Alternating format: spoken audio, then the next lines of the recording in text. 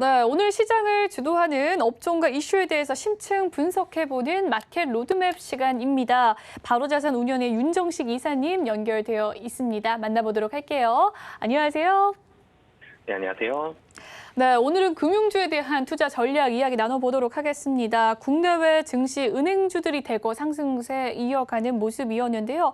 특히 미국 증시 최근에 JP 모건과 모건 스탠리의 다소 낮은 실적에 투심이 위축되기도 했었지만요. 시티그룹과 웰스파고의 호실적의 회복세 보이고 있습니다. 국내외 주요 은행주의 흐름 먼저 살펴봐 주시죠.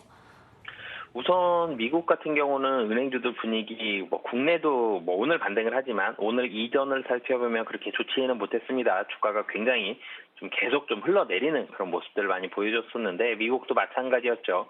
은행주들 시장에서 관심도가 좀 멀어졌고요. 예대 마진 기대감이 있었는데 그런 부분들보다는 경기 침체, 실적에 대한 우려감들이 좀 더 많이 작용을 하면서 시장에는 조금 부정적으로 작용하는 모습들을 보여줬습니다. 하지만 최근에 이 시티그룹과 웰스파고 호실적 나오면서 분위기가 조금 나아지긴 했는데요. 그럼에도 불구하고 사실은 큰 폭의 좀 반등이라기보다는 실적에 대해서 좀 차별화되는 모습들을 보여줬고 시장이 사실은 좀 더 주목한 부분은 향후에 대한 모습들이었는데 향후에 대한 모습들이 아직까지는 조금 이 불확실성이 있는 그런 모습이다라는 분석들이 나오면서 미국 금융주들 차별화는 됐지만 드라마틱한 반전까지는 아직까지는 못 이루는 그런 모습들이 있었고요. 국내 금융주들도 사실은 비슷한 모습들이 있었습니다. 오늘 상승하지만 이 4대 금융지주 같은 경우는 6월 첫날부터 사실은 하락을 계속적으로 하는 모습들을 보여줬고요. 그러면서 종목별로 좀 다르지만 20% 이상 하락하는 모습들이 나왔습니다. 사실은 좀 특이한 일이죠. 분명히 금리가 올라가면 예대 마진이 통상적으로 확대가 되고요. 그러면 은행주들의 마진이 올라갑니다. 이 올라가는 마진에 대해서 이익단이 좋아진다는 얘기면 그럼 은행주들 실적이 더 좋아져야 되는데 금리는 계속해서 6월에 자이언트 스텝 했죠. 7월도 자이언트 스텝이 거의 확실시되고 있는데 두 달 동안 150bp 그러니까 1.5%가 올라갑니다. 그럼 예대 마진 굉장히 크게 증가할 것으로 기대가 되고 올라야 되는데 그러지 못했죠. 그 이유 같은 경우는 나중에도 좀 더 말씀을 드리겠지만 정부의 목소리가 좀 있었고요. 그러면서 예대 마진 생각만큼 많이 올리지 못할 것이다. 이런 모습들이 있었고 그러면서 주가는 계속적으로 좀 하락하는 모습들이 있었습니다. 최근 들어서 나타나는 움직임 같은 경우는 그래도 금리 인상 계속 될 것이고 실적보다도 밸류에이션이 굉장히 좀 매력적인 자리. 그러니까 실적보다도 주가의 하락이 상당히 좀 많이 과도했다라는 분석들이 좀 많이 나오면서 오늘 같은 경우 좀 바닥권을 형성하고 여기서 좀 이 장대 양봉을 내는 그런 모습들이 나타나고 있는 그런 주가의 흐름을 보여줬습니다. 네, 지금 미국 은행주들의 큰 폭의 반등이라기보다는 실적에 따른 차별화 양상 이루어지고 있다라는 말씀 해주셨고요. 계속되는 자이언트 스텝 속에서 은행주의 하락 원인은 살짝 언급을 해줬지만 지난주에 신저가 랠리를 좀 이어가는 등 과도한 낙폭을 보인 경향이 있습니다. 이러한 국내 은행 관련주들 최근에 좀 하락세 원인의 이유는 무엇일까요? 우선은 금리 인상이 되면서 이익 회복에 대한 기대감이 많았죠. 작년에 사실은 은행주들 실적이 굉장히 좋았습니다. 그러면서 이 금리가 계속 올라가면서 투심 좋아지고요. 그러면서 실적 잘 나오고 그러니까 이 앞뒤가 딱딱 맞았죠. 인과관계가 딱 맞았습니다. 금리 올라갔고요. 예대 마진 좋아졌고 실적이 딱 좋게 나왔습니다. 그런데 지금은 뒤에 인과관계에 대해서 물음표가 좀 달리는데요. 금리 올라갔는데 이익이 좋아질 거냐라는 부분에 있어서 아직 동그라미를 하지 못하고요. 물음표를 좀 달고 있는 그런 모습인데요. 금리 인상으로 인한 이익 회복에 대한 기대감이 좀 떨어졌습니다. 은행 대출 금리에 대해서 정부가 목소리를 좀 냈죠. 예대 마진 너무 과도하다. 예대 마진이 과도하다는 목소리 나오면서 바로 은행 대출 금리를 손보기 시작했습니다. 은행 대출 금리가 조금 떨어지기 시작을 했죠. 은행 금리 같은 경우 미국은 투자은행들이 상당히 좀 많은데 우리나라 4대 은행 특히 공공재적인 성격이 상당히 좀 강합니다. 그렇기 때문에 정부의 목소리 무시할 수가 없고요. 정부의 비중, 이 은행 지주사의 그런 회장들은 정부의 입김이 아직까지도 굉장히 좀 강하게 작용을 하고 있기 때문에 이런 목소리에 대해서는 부담감을 가질 수밖에 없고요. 당장 대출금리가 떨어지는 모습까지 본다라면 투자자들 이 예대 마진 상당히 많이 올라갈 것으로 기대했는데 금리가 올라가면서 그런데 이 예대 마진 생각보다 많이 못 올릴 수도 있겠다. 그럼 이익단이 생각보다 잘 안 나올 수도 있겠다라는 우려감들이 이런 주가에 반영이 되는 모습들이 있었고요. 그리고 마지막으로는 경기 침체로 인한 은행 수익성이 악화될 것에 대한 우려감들이 있습니다. 은행주들 대출 실적을 볼 때요. 은행주들 이자 수익을 볼 때 기업 대출이 차지하는 비중 상당히 많이 있는데요. 그리고 부동산 대출도 굉장히 많이 차지하고 있습니다. 그런데 경기가 침체가 되고요. 집가가 하락하고 이런 모습들이 나온다라면 이 두 가지 큰 기둥에 있어서의 은행 실적의 기둥을 차지하는 이 두 가지가 좋지 않은 모습이 나올 수가 있거든요. 경기가 침체가 됩니다. 기업이 대출 받을 때 대출 금리는 올라가겠죠. 그러면은 똑같은 대출이다 그러면 금리가 올라갔기 때문에 은행 수익이 좋아질 수 있다라고 생각할 수도 있겠지만 기업들이 도산할 수가 있고요. 그리고 대출을 좀 덜 받을 수도 있습니다. 이런 부분들까지 본다라면 은행 수익성에 대해서는 악화가 될 수가 있고요. 부동산 대출 같은 경우도 마찬가지죠. 부동산 개발 사업이 수익성이 예전보다 안 나옵니다. 집가는 올라가 있는데 대출 금리 상승했고요. 원자재 값도 상승했습니다. 그러면 이 대출에 대해서 좀 더 보수적일 수가 있고요. 개발 사업도 뒤로 밀릴 수가 있습니다. 그러면 은행의 대출 금액 이 부동산 관련 대출 금액 자체도 줄어들 가능성이 높죠. 결론적으로는 이 경기 침체로 인한 이런 은행 수익성이 악화될 수 있다라는 이런 우려감까지 겹치면서 주가가 좀 하락하는 이런 모습들이 나왔다라고 보시면 되겠습니다. 네, 최근 은행주의 하락세 원인에 대해서 분석을 해주셨는데요. 정부의 예대 마진이 좀 과도하다라는 지적 속에서 정부 규제가 부담감으로 작용하고 있다라고 말씀을 해주셨고, 또한 경기 침체로 인한 은행의 수익성 악화에 대한 부담이 또 작용을 한다라고 분석을 해주셨습니다.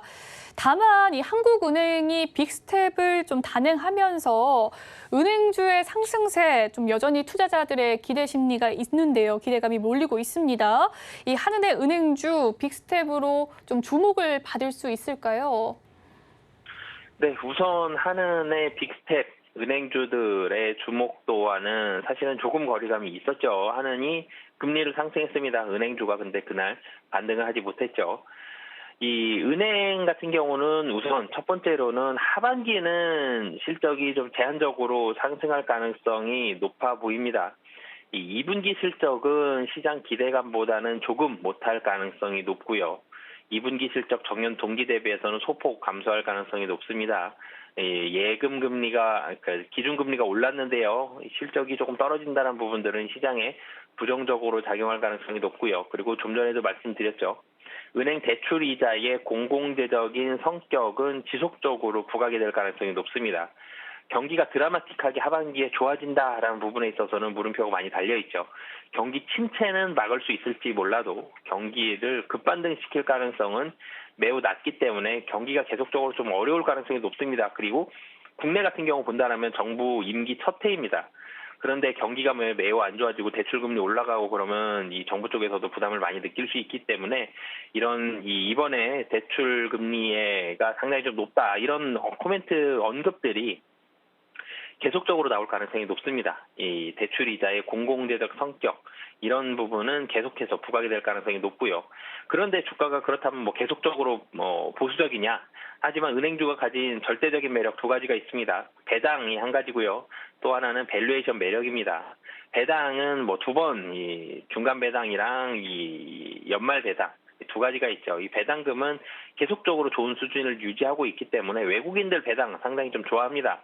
그렇기 때문에 중간 배당이 결정되는 시기 그리고 연말 배당이 결정되는 시기 이럴 때는 배당 관련 기대감의 증대로 인한 이 매력도가 상승할 가능성이 있고요. 두 번째로는 또 밸류에이션입니다. 은행주 굉장히 안정적인 이익이 조금 훼손된다고 하더라도 그래도 이익단이 좋습니다.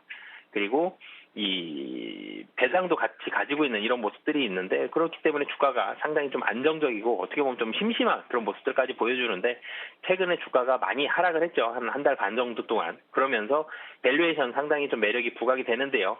이 밸류에이션 매력이 부각이 된다는 얘기는 이 기대할 만한 게 밸류에이션 말고 한 가지가 더 있을 때 이 밸류에이션 매력이 많이 부각이 되는데 배당 기대감이 살아날 때가 하반기인데요. 그럴 때 밸류에이션 매력까지 부각이 되면서 그때 하반기에는 주가가 좀 더 이 큰 폭으로 좀 반등할 가능성이 있어 보이고요. 뭐 단기적으로는 지금 자리에서도 사실은 이익단 뭐 크게 나쁘지 않고 미국에서 은행주들 이익단 분위기 괜찮고 밸류에이션 매력이 있습니다. 뭐 이런 얘기 충분히 나올 수 있기 때문에 지금도 단기적으로는 반등이 가능하나 좀 큰 폭의 반등은 하반기가 좀 더 이 가능성이 높다라고 말씀드리겠습니다. 네, 현재 경기 침체에 대한 가능성은 높지만 경기 반등에 대한 가능성이 낮기 때문에 이 대출이자 성격의 공공재 성격인 은행주 지속적으로 좀 부각될 것이다라고 전망을 해주셨습니다. 네, 그럼에도 불구하고 배당과 밸류에이션은 매력적이다라고 말씀을 해주셨네요. 은행주와 함께 거론되는 것이 있죠. 증권주입니다. 증권주 역시 최근 글로벌 긴축 가속화의 후유증을 겪기도 했었는데요. 증시 부진에 거래 대금이 급감하기도 하면서 부진 양상 이어왔습니다. 그럼에도 불구하고 최근 글로벌 증시 종합해 봤을 때 증권주 하반기 전망 어떻게 됩니까? 우선 거래대금은 뭐 상반기도 그랬지만 하반기도 계속적으로 부진할 것으로 보여집니다. 이 최근에 증시가 바닥을 좀 다진 것으로 보여지죠. 그러면서 주가는 조금씩 올라오고 있는데 최근 거래대금 6조 원대도 심심치 않게 볼 수 있고요. 지난 7월 13일에는 5조 9천억이었습니다. 코스피 기준으로요. 거래대금 굉장히 많이 줄어 있는데 이 거래대금이 하반기에 올라갈 가능성은 좀 낮아 보입니다. 증시가 좀 활황을 띄워야 되는데 큰 폭으로 반등하기는 만만치 않죠. 그렇기 때문에 거래대금 부진도 계속 나올 것으로 보여지고 그리고 은행주들, 증권주들도 실적이 좋지 않았죠. 증권주들 실적에 가장 크게 작용한 건 투심에서 안 좋게 작용한 건 거래대금 부진이었는데 실적 숫자로 가장 안 좋게 작용한 건 채권 평가 손실이었습니다. 채권 금리라는 거는 채권 가격이라는 거는 금리가 올라갈 때 가격이 하락하죠. 이전에 발행했던 채권보다 더 높은 금리의 채권이 발행이 된다라면 이전 채권의 매력도가 떨어지기 때문에 가격이 하락을 합니다. 그렇기 때문에 금리 인하하는 금리 하락기에는 채권 가격 좋아지고 금리 인상기에는 채권 가격 떨어지는데 최근에는 굉장히 빠른 속도의 금리 인상기죠. 그렇기 때문에 채권 가격도 빠르게 떨어졌습니다. 그러면서 은행주들에 대한 실적 좀 악화가 됐는데요. 이 금리 인상 속도는 7월 달에 뭐 자이언트 스텝 하고 나면 조절이 될 것으로 보여집니다.